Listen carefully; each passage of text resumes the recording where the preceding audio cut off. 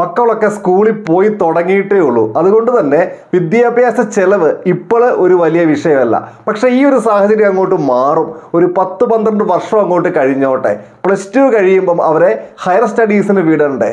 ഇപ്പോഴത്തെ അവസ്ഥയിൽ 15 ലക്ഷം രൂപ ചെലവ് വരുന്ന ഒരു കോഴ്സ് അന്ന് പഠിപ്പിക്കണമെങ്കിൽ ഏതാണ്ട് 48 ലക്ഷം രൂപയോളം ചെലവാണ്.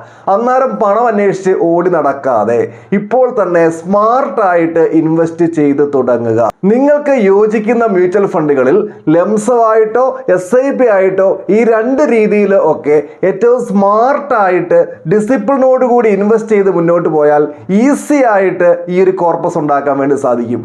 ഉദാഹരണമായിട്ട് പറഞ്ഞു കഴിഞ്ഞാൽ എല്ലാ മാസവും 15,000 രൂപ SIP ആയിട്ട് നിങ്ങൾക്ക് യോജിക്കുന്ന ഫണ്ടുകളിൽ ചെയ്ത് മുന്നോട്ട് പോയാൽ 12 വർഷം കഴിയുമ്പോൾ നമ്മൾ നോർമൽ റിട്ടേൺ ആയ 12% എക്സ്പെക്ട് ചെയ്താൽ പോലും ഈ ഒരു കോർപ്പസിലേക്ക് എത്താൻ വേണ്ടി കഴിയും. അതല്ലെങ്കിൽ ഇപ്പോൾ കൈവശമുള്ള 12 ലക്ഷം രൂപ ലംസമായിട്ട് മ്യൂച്വൽ ഫണ്ടിൽ ഇൻവെസ്റ്റ് ചെയ്താലും നമുക്ക് ഈ ഒരു കോർപ്പസ് ക്രിയേറ്റ് ചെയ്യാം, ഗോൾ അച്ചീവ് ചെയ്യാം.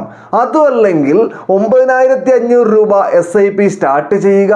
എല്ലാ വർഷവും 10% വീതം SIP എമൗണ്ട് വർദ്ധിപ്പിച്ച് മുമ്പോട്ട് പോവുക.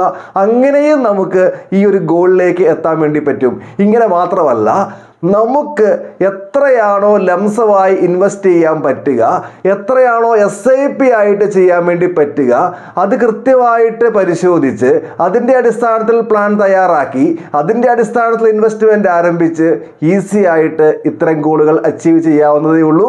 നിങ്ങൾക്കും ഇത്തരത്തിലുള്ള ഫിനാൻഷ്യൽ പ്ലാനിങ്ങുകളും ഇൻവെസ്റ്റ്മെൻറ്റുകളും ആവശ്യമാണെങ്കിൽ ഞങ്ങളെ കോൺടാക്റ്റ് ചെയ്യാവുന്നതാണ് ഈ ഒരു വാട്സാപ്പ് നമ്പറിലേക്ക്.